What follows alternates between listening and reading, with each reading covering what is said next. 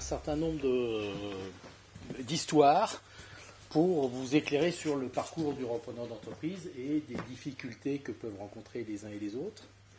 Des difficultés que vous pourrez rencontrer, parce que ce n'est pas un chemin qui est semé de pétales de rose, mais c'est plutôt semé d'embûches. Et l'une des caractéristiques de ce chemin, c'est que ce qui est très difficile, c'est que les embûches, elles n'apparaissent pas forcément tout de suite. C'est-à-dire que vous trouvez un dossier, vous travaillez dessus pendant 4 mois, et boum, vous prenez le râteau dans la figure, ce qui est un peu dommage, parce que l'une des caractéristiques des repreneurs, c'est qu'ils ont un temps limité pour reprendre. Vous n'avez pas 10 ans devant vous.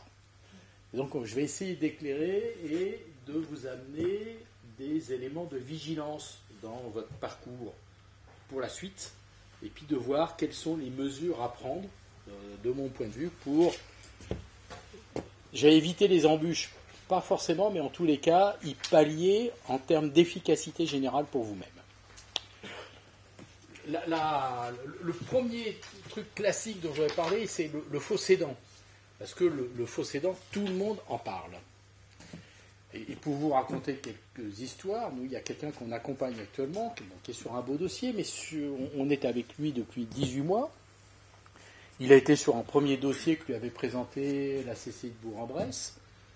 On est allé en discussion jusqu'au bout, on est allé jusqu'au contrat de travail pour le monsieur qui allait rester avec lui, enfin un contrat d'agent commercial, jusqu'à la lettre d'intention acceptée, jusqu'à la réunion avec avocats, experts comptables et autres,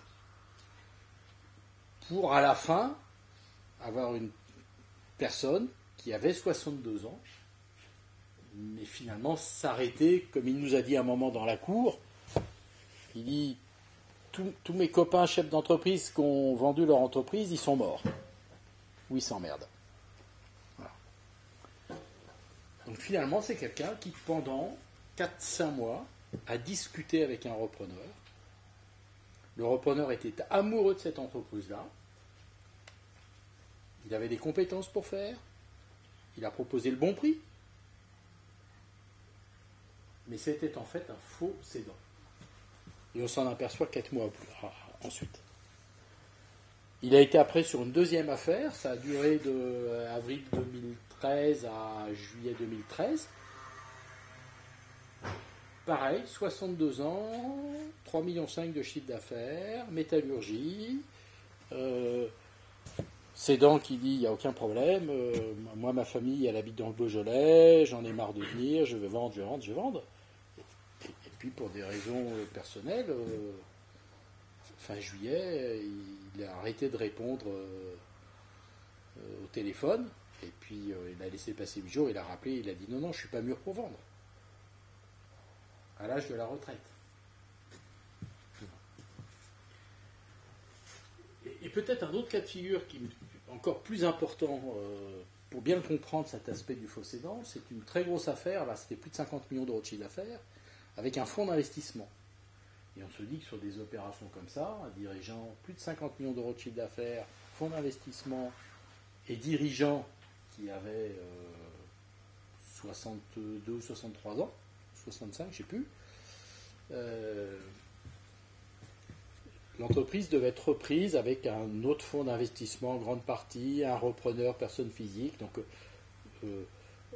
le chef d'entreprise a dit il faut rencontrer mes 2 lieutenants pour vous entendre avec 2 lieutenants. Ça a été fait. L'aspect financier était réglé, le fonds d'investissement était d'accord, le fonds d'investissement pour qualifier dit le repreneur, on va le faire passer par une batterie de tests d'un cabinet RH. Résultat du cabinet RH, ce monsieur est parfait. Et le cédant, à la fin, il a dit mais je ne vais plus servir à rien alors. Le repreneur il va arriver et j'aurai même pas une tête de place.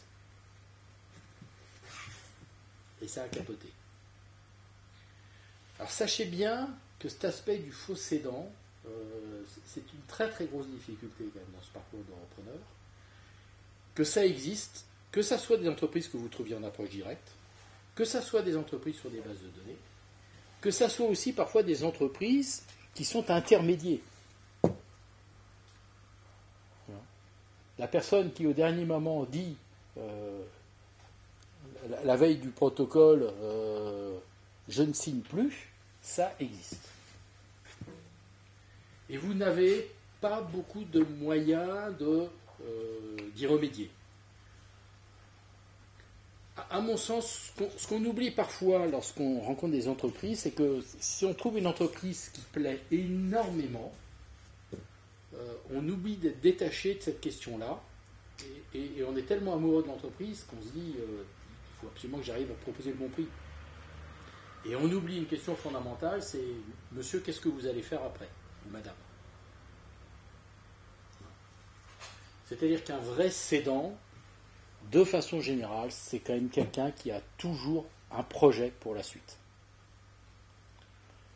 Le cédant qui vous dit je ne sais pas ce que je ferai après, il y a toujours danger.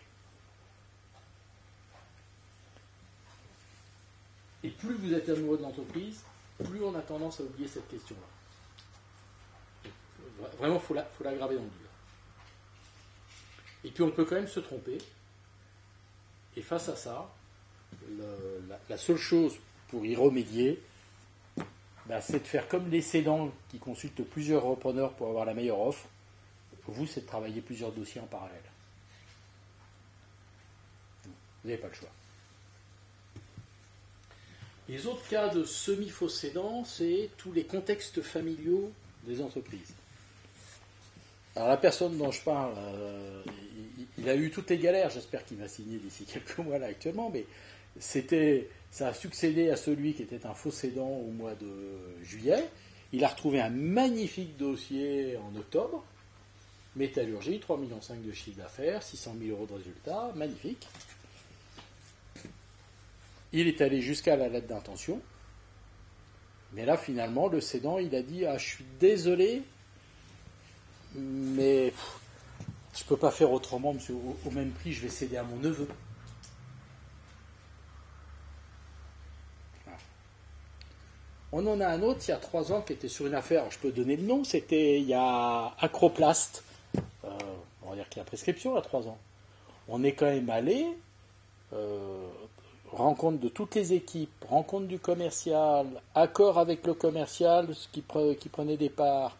On est allé jusqu'à la lettre d'intention acceptée, réunion avec les avocats des 2 parties, sachant que le cédant, pour vendre son entreprise, comme il n'était pas content de son avocat, décide d'en prendre un nouveau. Donc il souscrit avec un avocat. Réunion le jeudi pour se mettre d'accord sur qu'est-ce qu'on allait mettre dans le protocole. On se met d'accord, et puis on fixe les dates pour rédiger le protocole, le signer et tout. Ils reprennent rendez-vous le vendredi pour les inventaires de stock et tout. Tout est parfait. Lundi matin, coup de téléphone du cédant pour dire bonjour monsieur, je suis désolé, mais on a eu une réunion de famille dimanche à midi. On a dit à nos enfants qu'on allait vendre, et notre fille nous a dit qu'elle voulait reprendre.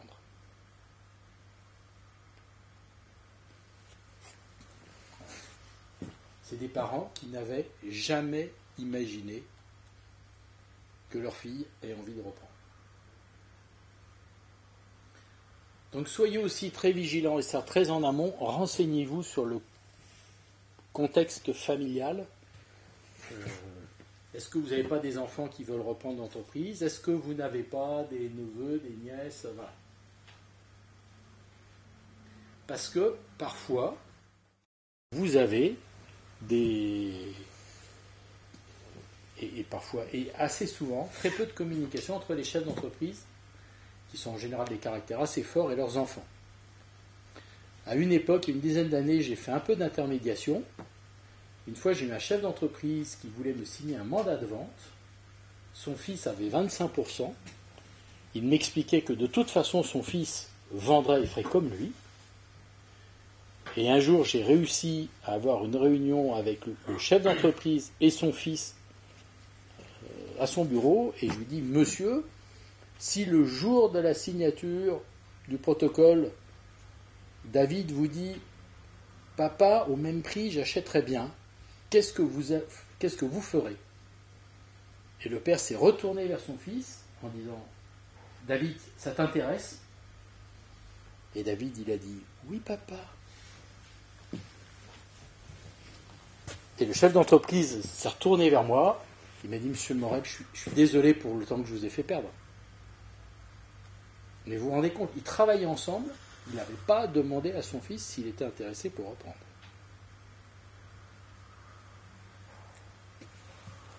Ça existe. Et on en voit beaucoup.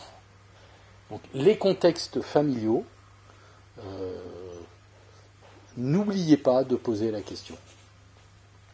Alors parfois vous avez des enfants qui restent, salariés qui ne veulent pas reprendre l'entreprise, mais il faut être au clair avec ce contexte-là.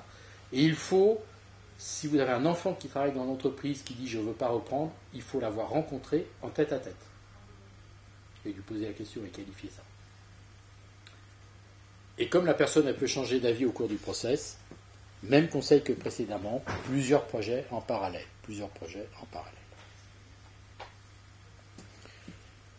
L'autre contexte alors je ne vais pas dire du faux cédant, mais faux cédant par rapport au particulier, c'est le chef d'entreprise qui dit, en gros, je vais vendre, mais c'est au plus offrant. C'est la taille du chèque qui compte. Et très souvent, c'est quand même que ça, mais c'est surtout la taille du chèque si c'est une entreprise qui peut intéresser des fonds d'investissement ou intéresser d'autres industriels. Vous comprenez que si vous vous intéressez à une entreprise qui a priori ne va jamais intéresser un autre industriel et pas un fonds d'investissement, si vous êtes 4 à faire la course, il y en a un qui gagne et 3 qui perdent. Ça, c'est la règle du jeu. Par contre, si vous avez des fonds d'investissement dans la course, ou si vous avez le risque de vous retrouver en face d'un industriel, surtout n'y allez jamais. Alors, il y a 3 ans, j'étais avec quelqu'un qui avait laissé tomber la ferme, mais j'étais resté en relation avec le cédant. Le chef d'entreprise, je peux en parler maintenant parce qu'elle a été vendue, c'était Rhône-Alpes Paratonnerre. Il me disait, Monsieur Morel, présentez-moi des repreneurs.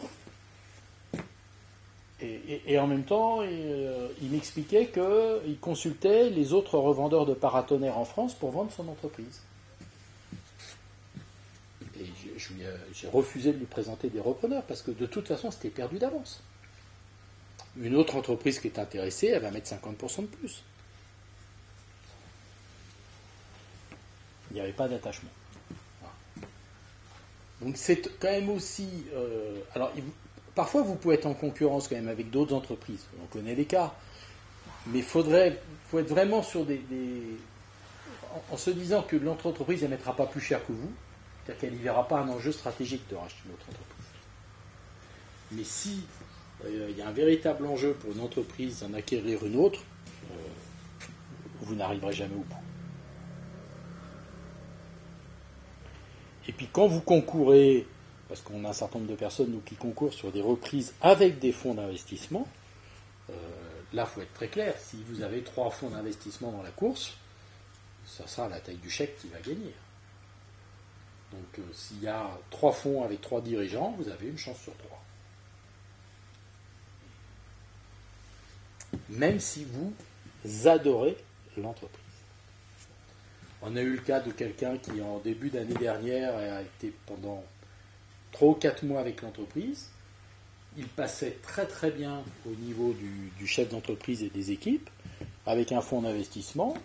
Et puis à un moment donné, le dossier est sorti d'une relation unique avec un autre fonds qui était prêt à racheter, en disant on met l'entreprise sur le marché au niveau des fonds d'investissement, le jeu a été ouvert, l'opération s'est faite, nous le repreneur qui était sur le coup a dit je laisse tomber parce que c'est sûr que ça va se vendre, et c'est effectivement vendu 2 fois plus que ce qu'il avait proposé lui au départ.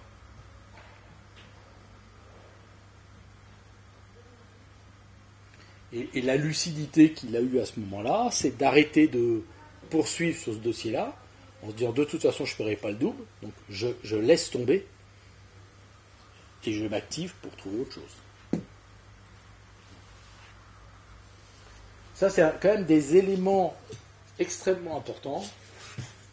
Et donc, dans tout ce process, par rapport aux contextes familiaux, aux prix, aux faux cédants, c'est n'oubliez pas d'étudier plusieurs dossiers en parallèle. N'oubliez pas, même si vous avez avancé bien sur un dossier, de continuer d'en chercher d'autres. Et puis n'hésitez pas à poser toutes les questions au niveau d'un chef d'entreprise, d'autant plus si c'est une entreprise sur laquelle vous en avez tellement envie que vous êtes un peu moins lucide.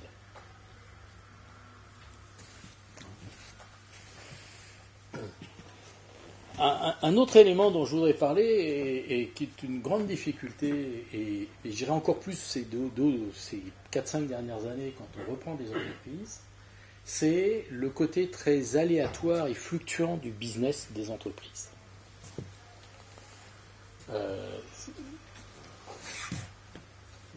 Si vous voulez, des repreneurs qu'on accompagnait en 2006 ou 2007, ils regardaient les chiffres des 3 ou 4 années précédentes et c'était plus souvent, en tous les cas, stable à cette époque-là qu'aujourd'hui. Et aujourd'hui, vous avez une variabilité très très forte. Et plus que les résultats des entreprises, il est important d'être très vigilant sur ce qui se passe au dernier moment. Ces derniers mois, on avait quelqu'un qui était sur le coup d'une belle entreprise qui faisait plus de 10 millions d'euros de chiffre d'affaires, vendu via un intermédiaire avec un mandat de vente. Le dossier présenté aux repreneurs industriels et fonds d'investissement disait, en octobre dernier, résultat d'exploitation prévisionnel 2013, 800 000 euros. C'était en octobre. En décembre, on est désolé, ça ne sera pas 800 000 euros, ça sera 350 000 euros. Et puis, les comptes à fin décembre ont été arrêtés fin janvier, audités le 15 février. Et le constat, c'est résultat d'exploitation, moins 200 000 euros.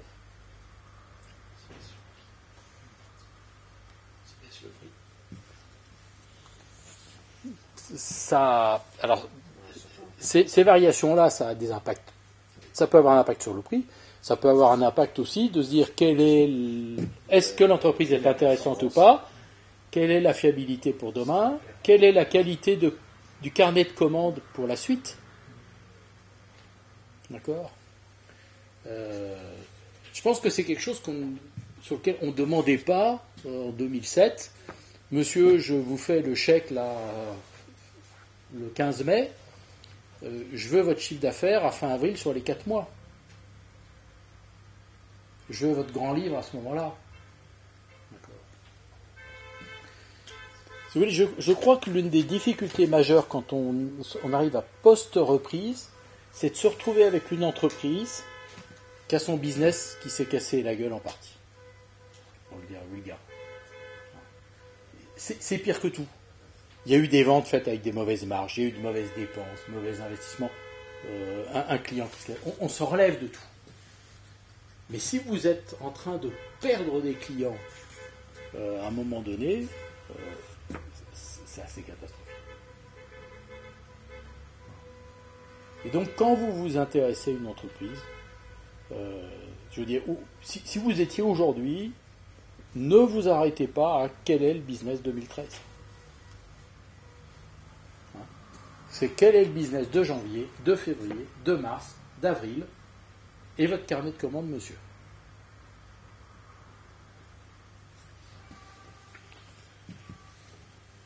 Et la plus grande difficulté, c'est de se retrouver avec un business qui se casse la figure ou des clients qui partent. Ou des hommes clés qui s'en vont. Redresser la barre d'une entreprise qui était mal gérée, redresser la barre en allant chercher des nouveaux clients, tout ça c'est possible. Et si vous vous retrouvez avec une entreprise qui est en train de perdre la moitié de son business, non. Très très très grande vigilance par rapport à ça.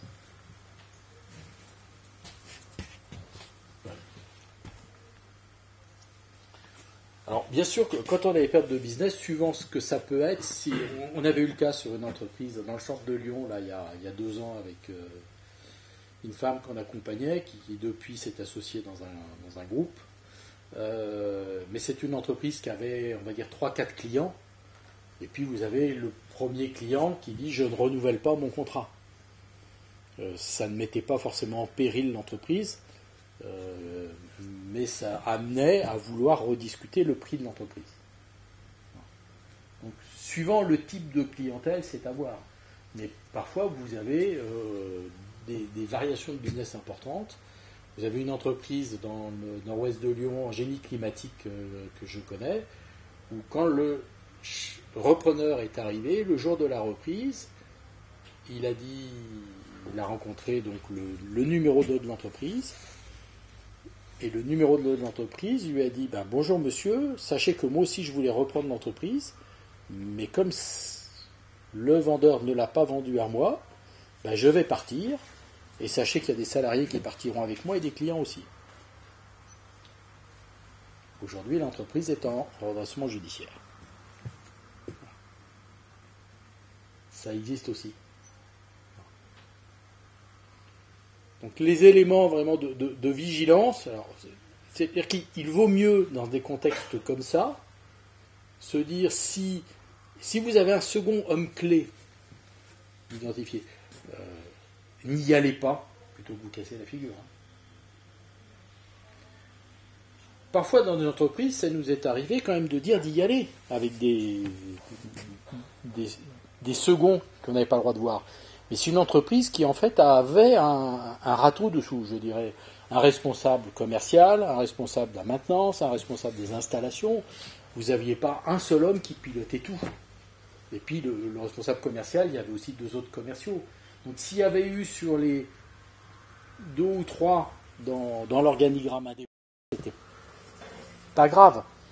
Mais si vous avez une entreprise qui tourne avec un chef d'entreprise et puis un second, vraiment second, qui est le chargé d'affaires et qui fait tout, puis le chef d'entreprise qui s'est mis à gérer, faites très attention à ça. Il vaut mieux ne pas racheter que de se retrouver avec un second qu'on vous a dit interdiction de le rencontrer et puis qui avait envie de reprendre. Je trouvais que le repreneur, il s'en mord les doigts.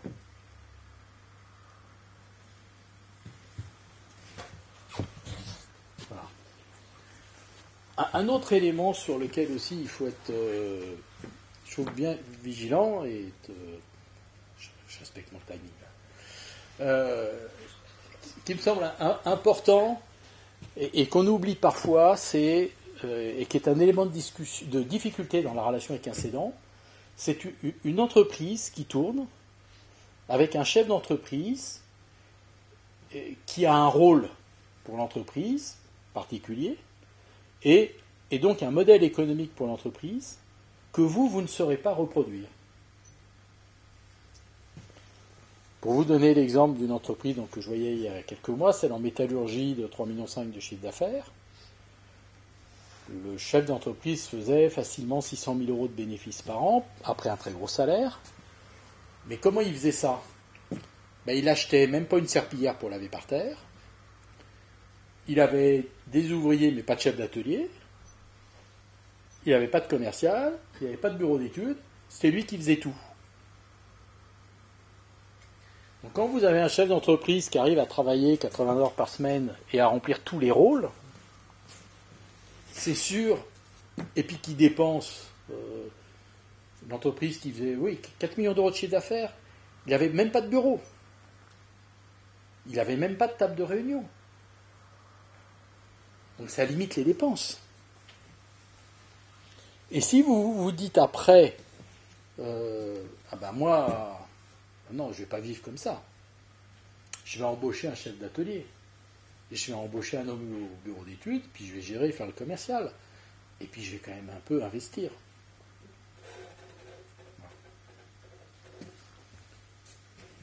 Parfois, on rencontre des entreprises qui font comme ça des andouillettes, n'est-ce pas ?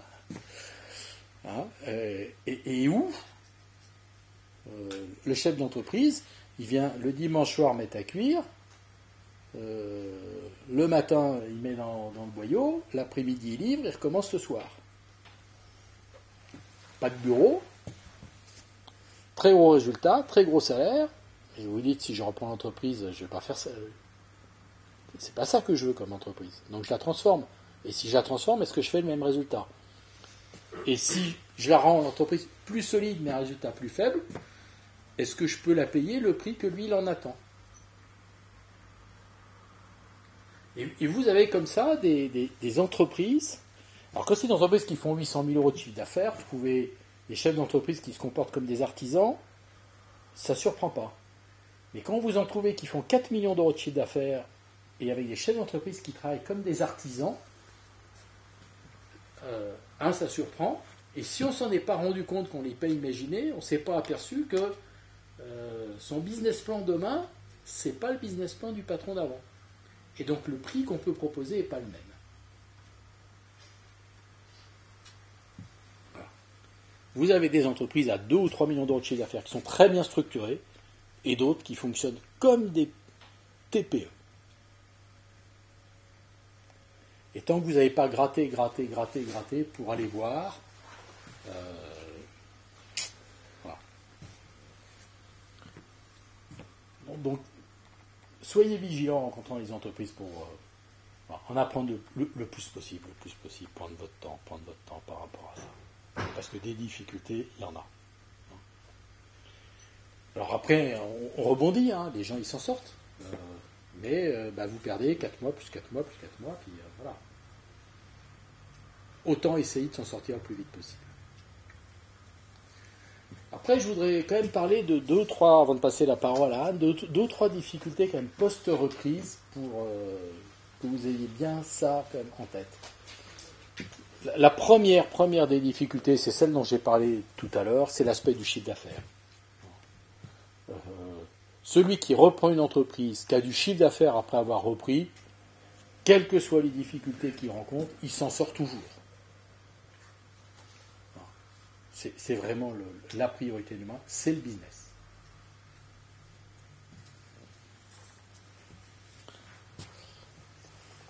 Alors, pour faire du business, il faut bien sûr des clients qui ramènent, mais bien sûr, après, c'est aussi des hommes de l'entreprise.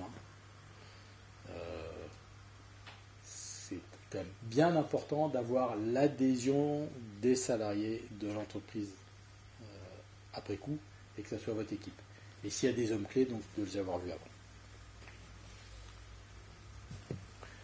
Mais si je parlais des écueils et de ceux qui se sont retrouvés en très grande difficulté jusqu'à devoir se retrouver disparaître, peut-être que les premiers cas, c'est des baisses de chiffre d'affaires.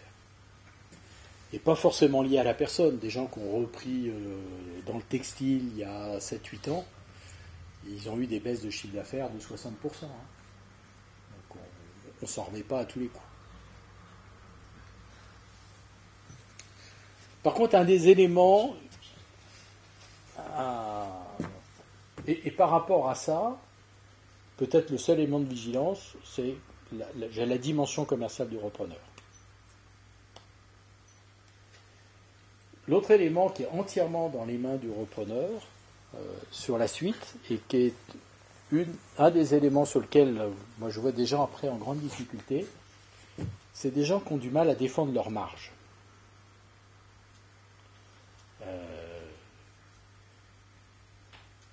Je connais quelqu'un qui a repris une entreprise il y a 5-6 ans, 5 ans. Il a très bien vécu en 2007, 2008, 2009. Et puis quand il y a eu la crise de l'immobilier dans la région où il était, c'était pas dans la région Rhône-Alpes, il y a eu une guerre des prix atroce et il s'est retrouvé à faire des affaires à perte. Et là, ça n'a pas duré longtemps. Il avait 400 000 euros de trésorerie sous le coude au bout de 3 ans. Il était très très à l'aise. Il n'empêche qu'il a, en 18 mois, il a disparu. Et donc, il faut avoir cet élément de vigilance-là, c'est-à-dire que être commercial, et surtout pour ceux qui ne l'ont parfois pas été ou qui ont été que dans des grands groupes où la notion de marge était parfois absente sur certains produits, ne pas oublier qu'un commercial, c'est quelqu'un qui à la fois vend et fait de la marge. Vendre sans faire de marge, si on est salarié d'un grand groupe, on arrive à survivre. Si on est patron de sa PME, on ne survit pas. Et ça, c'est une vraie caractéristique différente, même parfois pour des commerciaux.